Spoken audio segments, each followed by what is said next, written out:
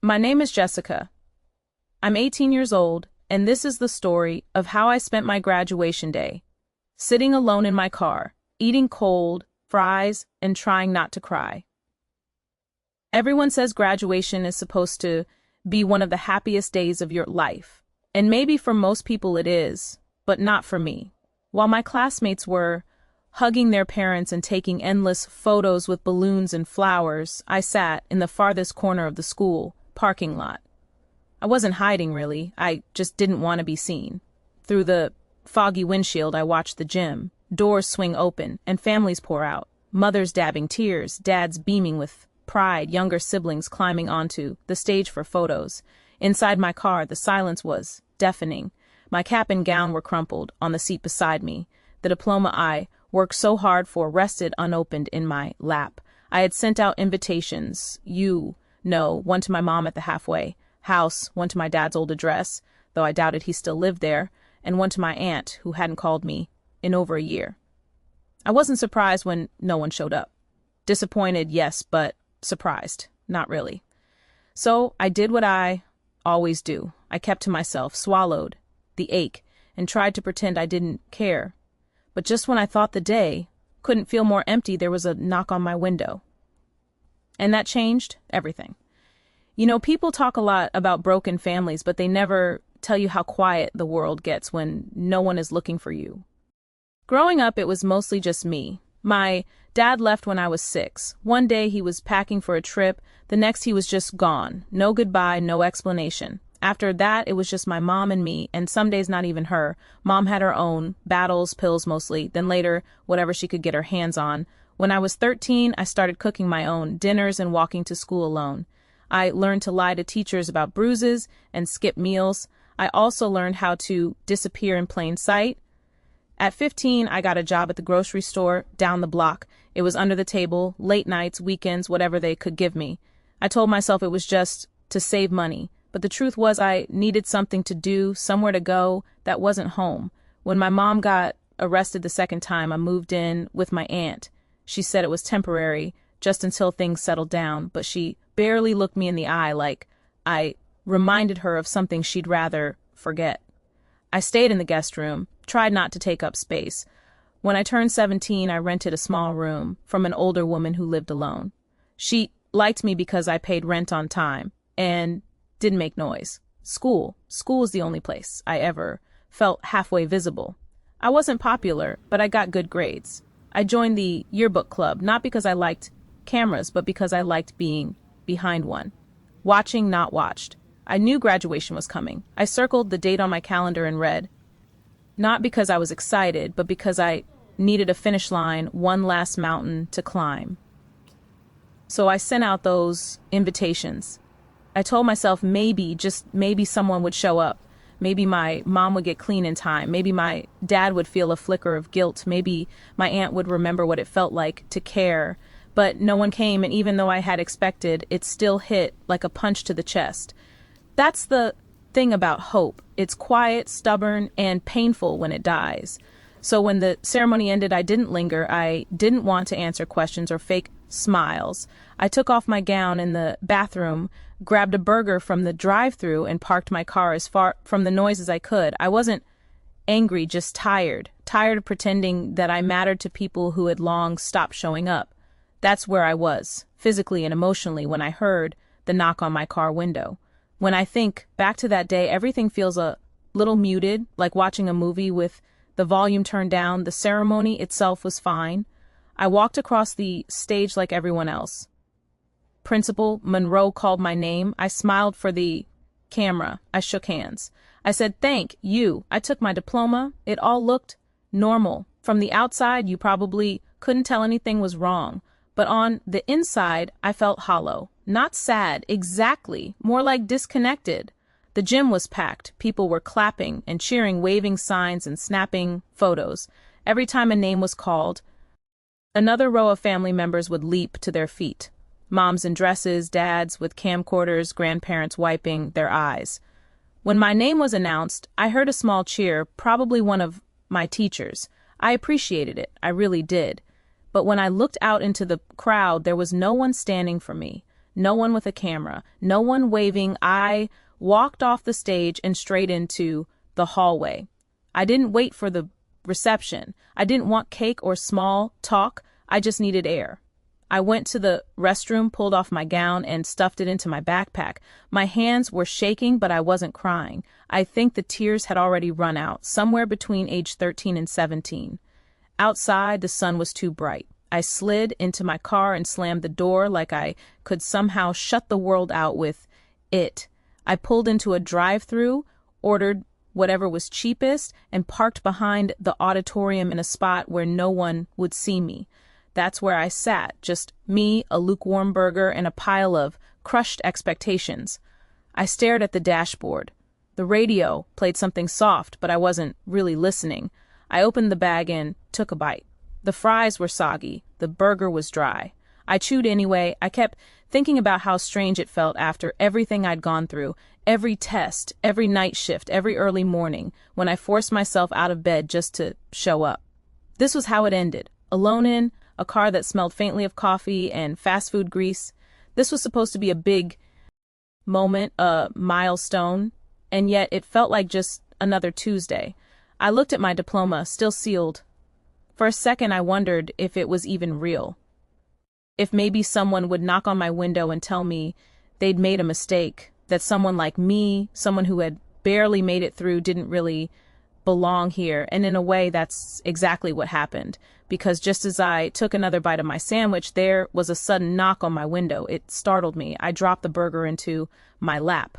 When I looked up, I saw Principal Monroe standing there in full graduation regalia, his cap slightly askew, his expression unreadable. For a second, I panicked. I thought I was in trouble, like maybe parking there was against some rule. I rolled down the window halfway. "Mind if I sit with you for a minute?" he asked, not waiting for an answer before walking around to the passenger side. And that's how the second half of my graduation day began.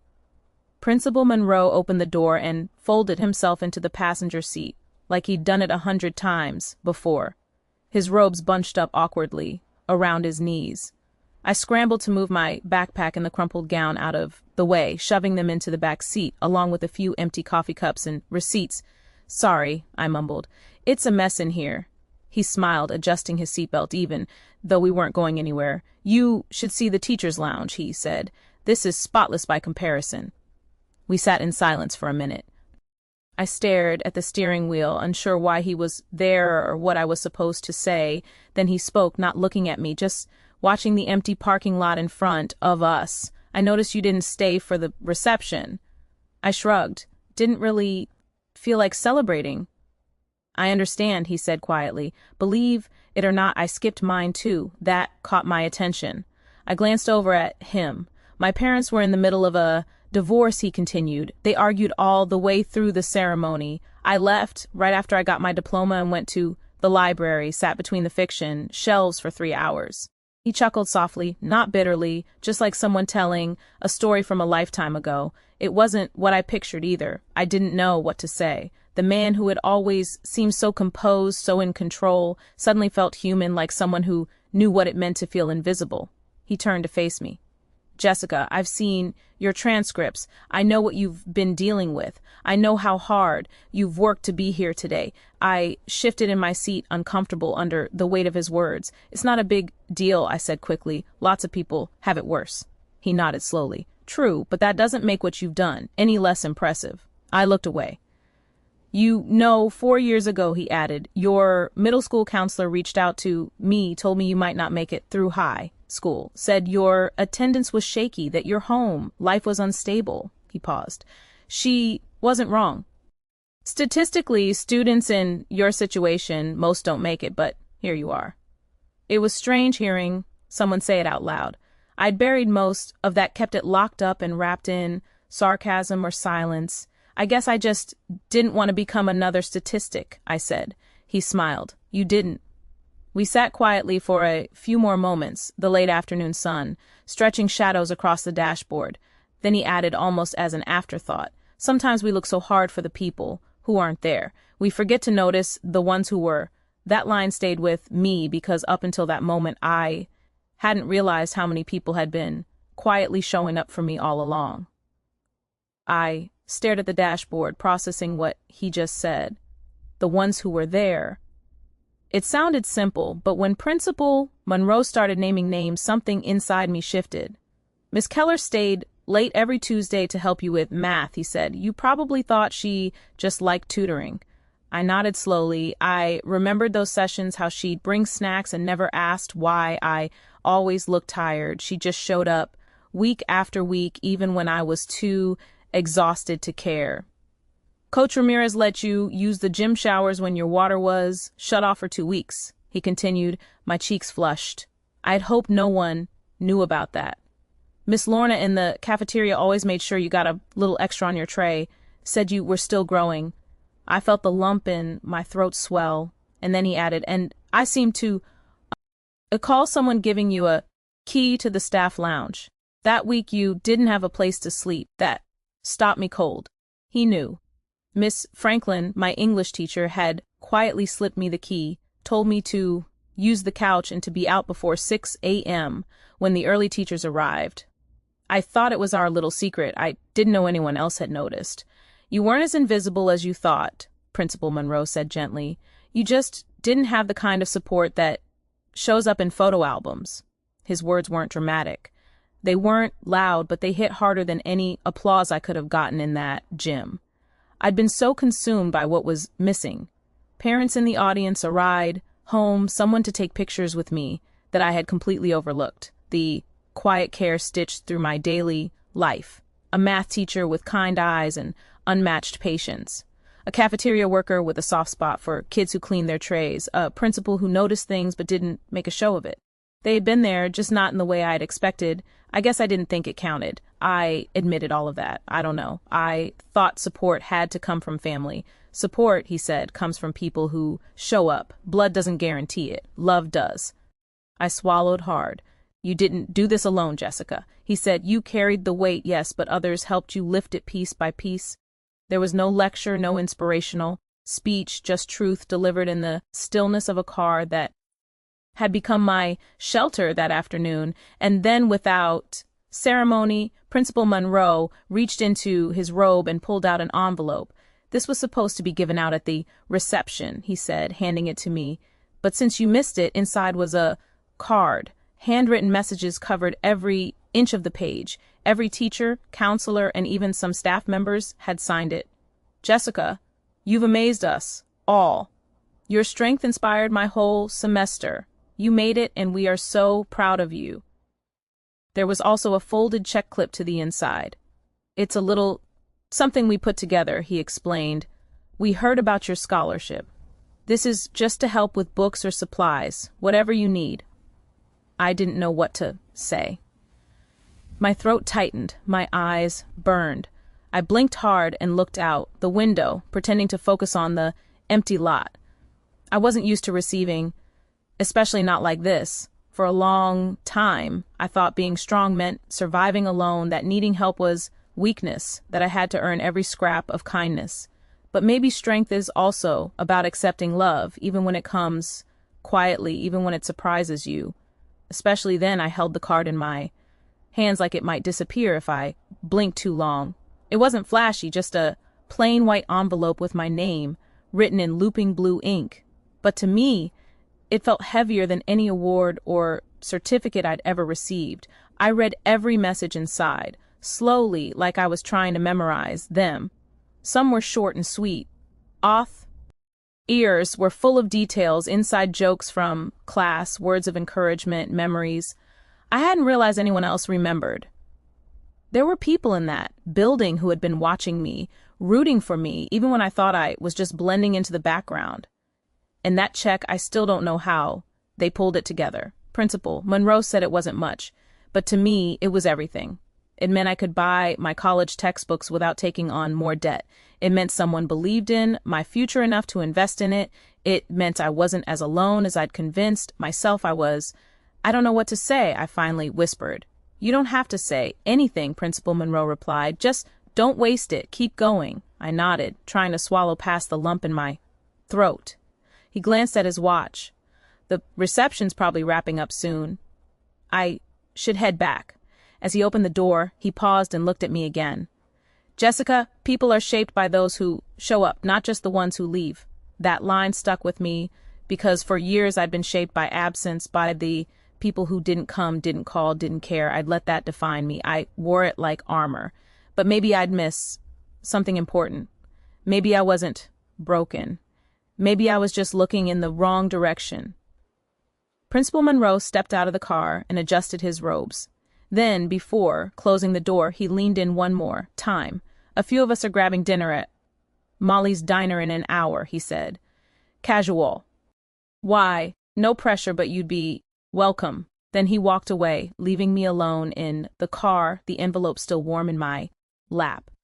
And for the first time all day, I didn't feel empty.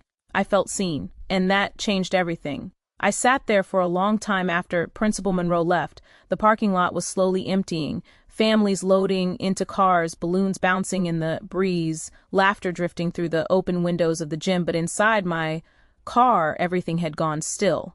I looked down at the card again, the check, my name written in so many different hands. I traced the curve of one signature with my finger, not even realizing I was smiling. Something had shifted. It wasn't loud or dramatic, but it was real. For the first time in years, I didn't feel like I had to prove I belonged. I didn't feel like I was pretending to be someone worth cheering for. I wasn't waiting for my family to show up anymore because in their own quiet, imperfect ways, others already had the math tutor who never gave up on me, the coach who kept the gym unlocked, the English teacher who handed me a key when I had nowhere else to go. I had been so focused on who wasn't there, I never realized how many people had chosen to be. Maybe I wasn't alone, maybe I never really had been, and maybe that made all the difference. I checked the time. It had been almost an hour since Principal Monroe left. Molly's Diner was only 10 minutes away. I stared at the address on my phone, my thumb hovering over the scur. Like it might burn me if I tapped the directions. I didn't know why I was so nervous. These were the same people I'd seen in hallways every day for 4 years. And yet, the idea of walking into that diner made my stomach flip. I almost didn't go. 3 times I turned the key in the ignition and hovered, foot on the brake, ready to pull away. But then I saw the graduation cap lying in the back seat. I reached back and placed it gently on the passenger seat, like I needed a reminder of what today meant. So I drove. When I pulled into the diner parking lot, I saw familiar cars as Keller's red sub, Coach Ramirez leaning against the hood, laughing at something Miss Lorna said. Miss Franklin was already holding the door open, waving at someone inside. My palms were sweating. I took a breath, stepped out of the car, and walked slowly toward the entrance. Principal Monroe noticed me first. He didn't smile or make a big show. He just nodded like he expected me all along. But Miss Keller, she lit up like Christmas. "Morning. Jessica, you made it." Others turned. There were smiles, waves, small cheers, and for the first time in a long time I didn't want to run from the attention. I stepped inside. The light was warm, the noise comforting, and as someone slid over to make space for me in the booth, I realized something quietly powerful. This wasn't just a group of teachers, this was my people. My chosen family, and I belonged here. That night, I didn't post any pictures on social media. There were no family portraits in front of balloons, no long captions about overcoming the odds, but in a quiet booth at Molly's Diner over greasy fries and laughter that felt warmer than anything I'd heard all day, I realized something I should have known a long time ago. Family isn't always the people you're born to. Sometimes family is the math teacher who stays late, the cafeteria worker who slips you an extra cookie, the principal who notices when you disappear, the people who choose you day after day even when they have no obligation to. For so long I believed my worth was tied to the ones who left. I carried their absence like proof that something was wrong with me. But sitting there, surrounded by people who had seen me at my worst and still pulled up a seat for me at the table, I knew better. I had survived. More than that, I had been seen, supported, cared for in quiet ways that mattered more than any applause. So if you're listening to this and you've ever felt invisible, forgotten, or unworthy, please hear me. You are not alone. And maybe today or tomorrow, someone will knock on your window too. When they do, let them in. If this story meant something to you, I hope you'll share it, like, comment, or send it to someone who might need to hear it, because we all deserve to feel seen, even just for one night.